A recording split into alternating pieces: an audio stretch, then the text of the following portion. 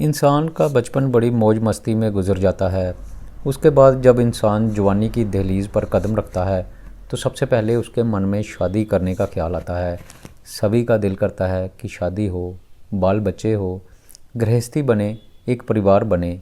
ये समय की ज़रूरत भी होती है और हर एक के मन की ख्वाहिश भी होती है। हर एक के मन की ख्वाहिश होती है कि उसको सुंदर सी बीवी मिले। थका मांदा पुरुष जब घर जाए तो बीवी उसको खाना खिलाए। छुट्टी वाले दिन वो अपनी बीवी के साथ कहीं घूमने फिरने जाए।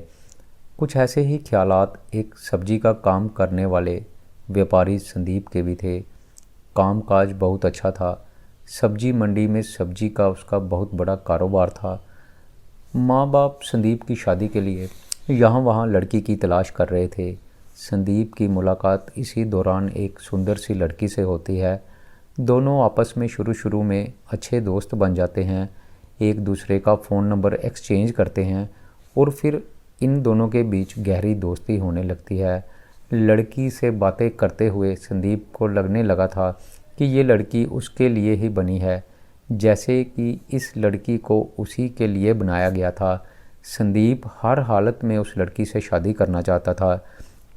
वो अपने घर वालों से बात करता है क्योंकि संदीप का बिजनेस काफ़ी अच्छा चल रहा था, काफ़ी अच्छी तरह से वो सेटल था, शादी की उम्र भी हो चली थी, तो घर वाले भी शादी के लिए इनकार नहीं करते और संदीप इस तरह से अपनी मनपसंद लड़की से शादी कर लेता है।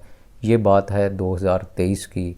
तकरीबन सवा साल पहले संदीप उस लड़की को शादी करके अपने घर ले आता है। दोनों बड़ी खुशी खुशी रह रहे थे, हनीमून मनाने जाते हैं, घूमते हैं फिरते हैं। अब संदीप को ऐसे लग रहा था जैसे कि उसके मन की मुराद पूरी हो गई हो और दुनिया की तमाम खुशियां उसको मिल गई हो। संदीप अपनी पत्नी की हर ख्वाहिश को पूरी करने की कोशिश करता और उसको हर समय खुश रखने की कोशिश करता था।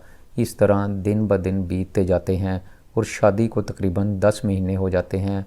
लड़की जिसका नाम वर्षा होता है, एक दिन संदीप से कहती है कि मेरे माँ बाप ने शादी से पहले मेरे लिए कुछ पैसे जोड़े थे। ये रकम तकरीबन 20 लाख रुपए बनती है। मुझे एक प्लाट लेना है और वो प्लाट मेरे मायके वाले घर के पास ही है और वो 30 लाख रुपया मांग रहा है। मेरे पास अभी 20 लाख रुपया है, मुझे 10 लाख रुपए की ज़रूरत है।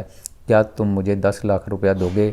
अब क्योंकि संदीप की उसकी पत्नी वर्षा से ट्यूनिंग बहुत अच्छी चल रही थी, उसको अपनी पत्नी की मंशा के बारे में नहीं पता था, इसलिए वो उसको 10 लाख रुपया दे देता है। और पैसा लेने के बाद वर्षा जो है वो प्लाट लेने का बोलकर घर से चली जाती है। काफ़ी दिनों के बाद भी जब वर्षा वापस नहीं आती तो संदीप वर्षा के घर जाता है और उससे वापस ना आने का कारण पूछता है। लेकिन वर्षा यहाँ पर अपने मायके घर आकर बिल्कुल ही बदल चुकी थी। उसके सुर ताल बदल चुके थे। वो बिना बात के ही पति से विवाद करने लगती है और घर चलने के लिए तैयार नहीं होती। संदीप को कुछ भी समझ नहीं आ रहा था कि आखिर वर्षा को ऐसा क्या हो गया कि वो अचानक से उसके साथ सारे रिश्ते तोड़ना चाहती थी। संदीप वर्षा को घर लाने की बहुत कोशिश करता है, वो उसको बहुत तरले मिन्नतें करता है, लेकिन वर्षा और उसके घर वाले संदीप को दहेज, प्रताड़ना का और तंग करने का केस दर्ज करवाने की धमकी देते हैं। अब हमारे समाज में जब औरत आदमी को ऐसी धमकी देती है तो आदमी स्वाभाविक रूप से घबरा जाता है, उसको अपनी रेपुटेशन की चिंता सताने लगती है। घर में जो शहर के लोग हैं वो उसके बारे में क्या बोलेंगे, रिश्तेदार क्या बोलेंगे, रिश्तेदारों में उसकी क्या इज्जत रह जाएगी। बस यही सोचकर संदीप डर जाता है और वापस घर आ जाता है। संदीप अपने घर चला जाता है, वर्षा अपने मायके घर रहने लगती है और उसके कुछ देर बाद ही वर्षा मुंबई के एक ज्वेलर दीपेश जैन से शादी कर लेती है। वर्षा का संदीप से अभी तलाक नहीं हुआ था और ना ही मुंबई के ज्वेलर दीपेश जैन को उसकी पहली शादी के बारे में पता था।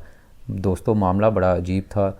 एक लड़की जिसकी अपने पहले पति से शादी होने के बाद तलाक भी नहीं हुई थी, वो दूसरी शादी कैसे कर सकती थी? शादी में विजय नाम के शख्स ने मामा बनकर और सुनीता नाम की एक औरत ने मामी बनकर और रेखा ने चाची बनकर कन्यादान किया। इन्हीं लोगों ने संदीप के साथ शादी के समय भी वर्षा की शादी के समय जब संदीप के साथ उसकी शादी हुई थी तब उन्होंने कुछ ऐसा ही रोल निभाया था। अब ज्वेलर से शादी करने के महज 15 दिन बाद ही वर्षा उसके घर से 10 लाख रुपया और जेवर लेकर भाग जाती है। दीपेश उसको ढूंढते हुए मायके पहुंचता है और वर्षा को घर चलने के लिए कहता है, लेकिन वर्षा उसके साथ झगड़ा करने लगती है और उसको दहेज के केस में और उसके साथ ज़बरदस्ती संबंध बनाने के केस में मुकदमा दर्ज करवाने की धमकी देती है। और इस तरह से दीपेश जैन भी वापस चला जाता है। दीपेश को छोड़ने के कुछ दिनों के बाद ही वर्षा राजस्थान के एक ज्वेलर लक्ष्मण जैन से शादी कर लेती है और इसमें भी वही लोग कन्यादान करते हैं जिन्होंने पहले वर्षा का कन्यादान किया था।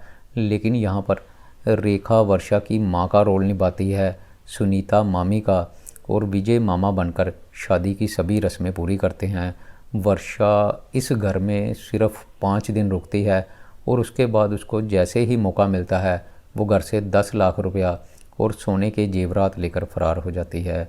संदीप, दीपेश और लक्ष्मण जैन ये लोग ठगे जा चुके थे, लेकिन उनको अभी तक ये नहीं पता था कि उनके साथ धोखा हो गया है। इनको लग रहा था कि शायद इनके परिवार के सदस्यों की गलती की वजह से इनकी पत्नी जो है वो नाराज़ होकर चली गई है। लेकिन जब काफ़ी देर तक ये लोग अपनी पत्नी को वापस लाने की कोशिश करते हैं और वो नहीं आती, तो थक हार कर ये लोग अपने अपने क्षेत्र के थाने में जाकर रिपोर्ट दर्ज करवाते हैं कि हमारी नई नई शादी हुई थी और हमारी बीवी लड़ झगड़ कर और पैसा और ज्वेलरी लेकर चली गई है और अब वापस आने का नाम नहीं ले रही। पुलिस वाले रिपोर्ट दर्ज कर लेते हैं और इनको आगे की कार्रवाई का आश्वासन देकर इनके घर वापस भेज दिया जाता है। पुलिस को रिपोर्ट लिखवाए हुए संदीप को काफ़ी दिन बीत चुके थे। पुलिस की तरफ से कोई भी कार्रवाई नहीं की जा रही थी। संदीप का मन बेचैन था, वो अपने आप को ठगा हुआ महसूस कर रहा था। दूसरा, वो आत्मग्लानि में डूबा हुआ था। उसको समझ नहीं आ रही थी कि उसके या उसके परिवार वालों से आखिर गलती क्या हो गई जो उसकी बीवी जो है वो उसको छोड़कर चली गई। संदीप हर हालात में इस झगड़े का कारण ढूंढना चाहता था, इसलिए वो वर्षा के मोबाइल फ़ोन की कॉल डिटेल्स निकलवाता है। तो उसको पता चलता है कि वर्षा एक लड़के से फ़ोन पर कई घंटे बातें किया करती थी। संदीप उस लड़के का मोबाइल नंबर पता करवाता है और मोबाइल नंबर से उसका एड्रेस पता करवाता है। एड्रेस पता करवाने के बाद संदीप किसी न किसी तरह से उस लड़के के घर में पहुंच जाता है और वर्षा के बारे में उससे पूछता है।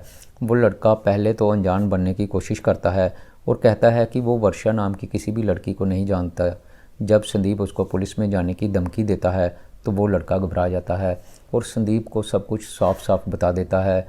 वो लड़का संदीप को जो बात बताता है वो सुनकर संदीप के पैरों तले ज़मीन खिसकने लगती है। दरअसल वो लड़का वर्षा का बॉयफ्रेंड था और वो संदीप को बताता है कि वर्षा ने संदीप को ठगने के लिए ही उससे शादी की थी और उससे रुपए लेने के बाद वर्षा ने मुंबई में दूसरी शादी कर ली थी। संदीप सारी बात पुलिस स्टेशन जाकर पुलिस को बताता है। तो पुलिस वाले जो हैं वो सारा रिकॉर्ड देखते हैं तो उनको पता चलता है कि मुंबई में भी ऐसी ही शिकायत दर्ज हुई है जिसमें दीपेश नाम के एक शख्स ने शिकायत दर्ज करवाई थी, जिसमें उसने कहा था कि उसकी नई नवेली पत्नी ने उसको छोड़ दिया था और जाने से पहले वो उसके घर से 10 लाख रुपया और ज्वेलरी साथ ले गई थी। अब दीपेश को जैसे ही वर्षा की फ़ोटो दिखाई जाती है तो वो फ़ौरन से उसको पहचान लेता है और कहता है कि साहब यही मेरी पत्नी है, इसी ने मुझे धोखा दिया था। संदीप और दीपेश की शिकायत के बाद वर्षा के मायके घर पुलिस वाले जब पहुंचते हैं और वर्षा को गिरफ़्तार करने लगते हैं तो वो वहां पर देखते हैं कि वर्षा और उसके तथाकथित माँ, चाचा और चाची यहाँ पर भी किसी और को बेवकूफ़ बनाने की प्लानिंग कर रहे थे। यहाँ पर भी वर्षा की शादी की बात चल रही थी और एक लड़के वाले वर्षा को देखने के लिए आए हुए थे। जैसे ही पुलिस वाले वहाँ पर पहुँचते हैं तो लड़का पुलिस को देखकर 9-2-11 हो जाता है।